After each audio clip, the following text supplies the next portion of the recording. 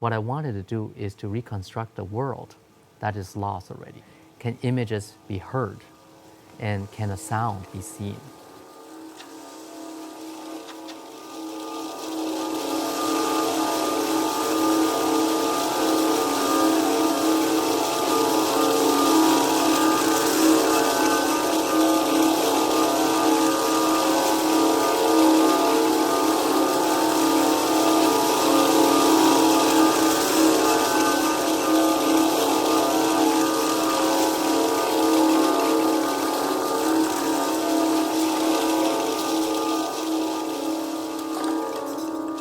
But what I'm starting to do is that this piece is based on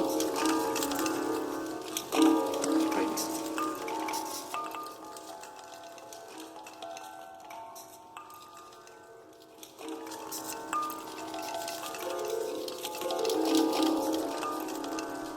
And what you're gonna hear is actually I want to hear like a rainstorm sound, mostly based on meow. And later on you're gonna hear your there are moments that are kind of just coming out of the little hole. Yeah. Even though I haven't heard it in its Yeah. isolation, I could hear that. Right. At least. The key word in that piece was actually based on the multifocal disc. Yeah.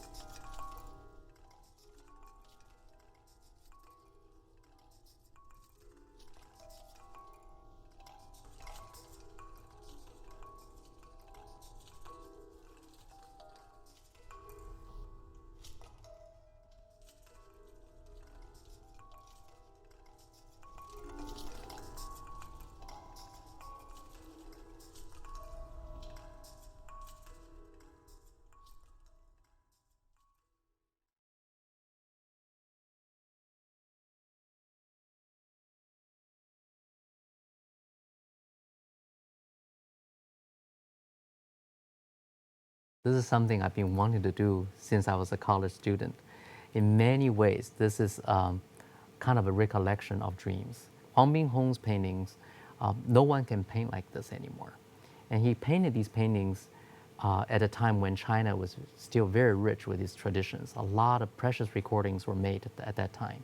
So I wanted to create a world that is almost a kind of a recollection of what existed in 1953. Even though he was going blind, the magics with his brush was at such a superior level that any detail that we can zoom into will just reveal how extraordinarily beautiful it is. The sounds of the life unfolding beneath, the smells, right, of that particular environment, and the visuals, right, of these amazing landscapes, all of which were captured in those paintings. You have wet ink and dry ink, and you have very articulate, small particles in the painting. And you perceive it differently if you're close and far away. And he wanted to figure out ways of playing with those things sonically. Can we combine truly a multidisciplinary team? Those engineers that have learned to work within the constraints, the confines of physics, that really work well within the box. And then you have the artists that entirely live outside that box.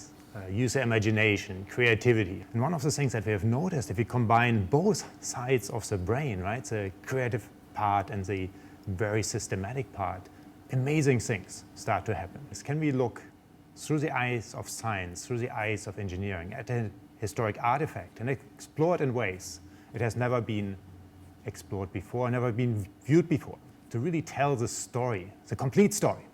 And this is really a new way of looking at paintings. We used to think that the best way to appreciate painting is going to the original painting, right? Through this process, we're seeing a new painting. We're traveling inside of a painting.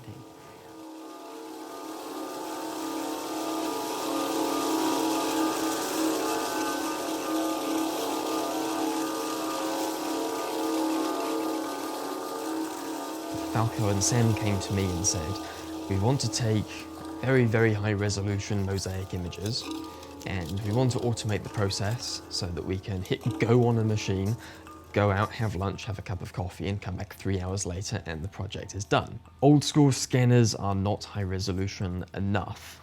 Furthermore, we can't change lenses, we can't change filters, and we can't illuminate the painting with different wavelengths of light. We wanted this to be a hyperspectral imager. Traditionally, someone would stand in front of a painting which is up on a wall, and then they would stand there with their tripod, and they would take a picture, move over manually, picture, move over manually, picture. They would sit there for hours and hours taking these mosaics. We see this as a precision motion stage that we happen to use for two purposes. First opportunity we had to be present with the art was on the day of imaging. And so we prepared the scanner, and then we were able to open up this book of several watercolors, 12 in all, with some leaves of calligraphy.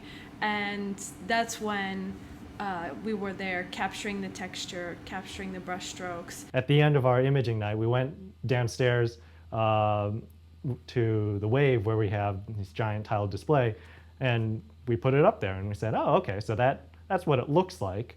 This is the painting. And then the fun part is, and you go zoom, zoom, zoom, and it blows up this phenomenal level of detail. You can see every intricate part of it. And it was amazing to see the screen, just the largeness and the multiple screens that sort of come together as this huge image. But it was also one of the first times where I was really able to zoom in to the details in the paintings. And so to me, that was probably what was most exciting about that, was to take something that's this big on a painting and blow it up to the size of a wall and really get into those details. Seeing it made it just real. We now have a palette, an environment that we can work with and create a sound world that exists inside it and alongside it. And until we had that up on the wall, it was all in our minds. You just let the water to be part of the play. This is just gorgeous. But this is gorgeous only because we can see it this big. So I love how this creates a shape in counterpoint to this angle, and it kind of echoes the other side where all the inks, like the water, is accumulating. So this is swift, and it's done just by force of nature. And that has more and more layers. So this detail is really gorgeous. There's something about this area that is so magical for me. What is simplicity and what is complexity? He's kind of decoding that sense of complexity with a different kind of approach. He understands how simple something that seems complex can actually be.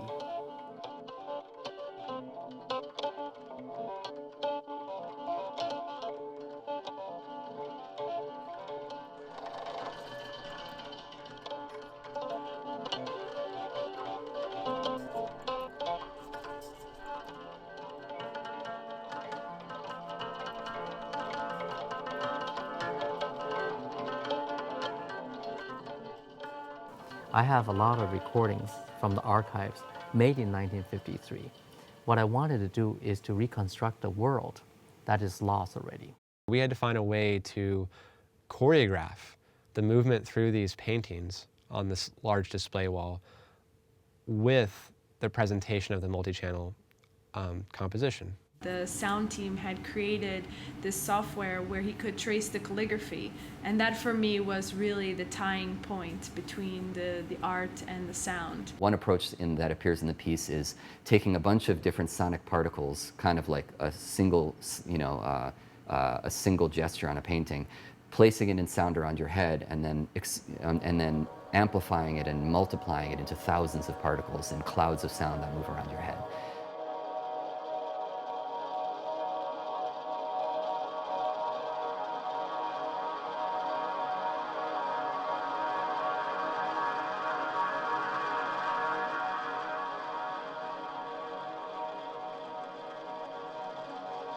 When I was sitting in V-Room hearing this piece for the first time, tingles ran straight down my spine. You can feel the music moving around you, and it immerses you in actually hearing the birds flying around you and hearing the environment moving. It's a very alive piece, and it really has to be enjoyed in that sort of virtual environment, not listening on a stereo with a CD. Until then, combined with synchronized audio, was an unprecedented event in that particular space. So it was really a kind of never been done before system. So there's sort of this back and forth of what do we need to build, what do we already have that we can use, and it sort of feeds back in terms of what do we have to actually still do. It's like you're filling out, designing and then solving puzzles, essentially, of your own construction, building your interfaces, figuring out how all the parts fit together. This group, we have material scientists, computer scientists, structural engineers, mechanical engineers, and now musicians, all working together to make something which is far more compelling. Peter Otto has a term he calls artful engineering, and I think it's the best way to describe what we do. Our context was more hard science and more how to make it useful, but for me, my passion is really, I like usefulness, but I want it to be an experience. Engineers are really at the heart of pushing our species forward as far as making life easier, but we don't want to just make life easier, we want to make life better. And if that means that we can somehow help in appreciating art and preserving art, then we're helping our species as a whole in an entirely different way.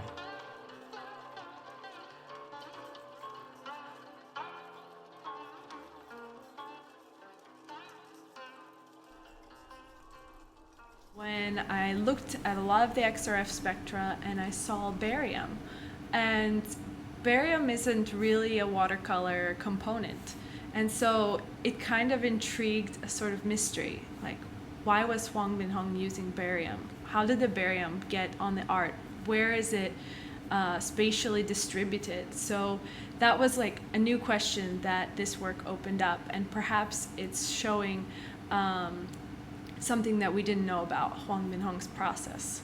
And so now we're trying to get more information, consulting art historians and also old records back in China. So and it's still we're going to follow this barium trail, and Wow. that's really exciting. So I guess that was the highlight for me. That's crazy.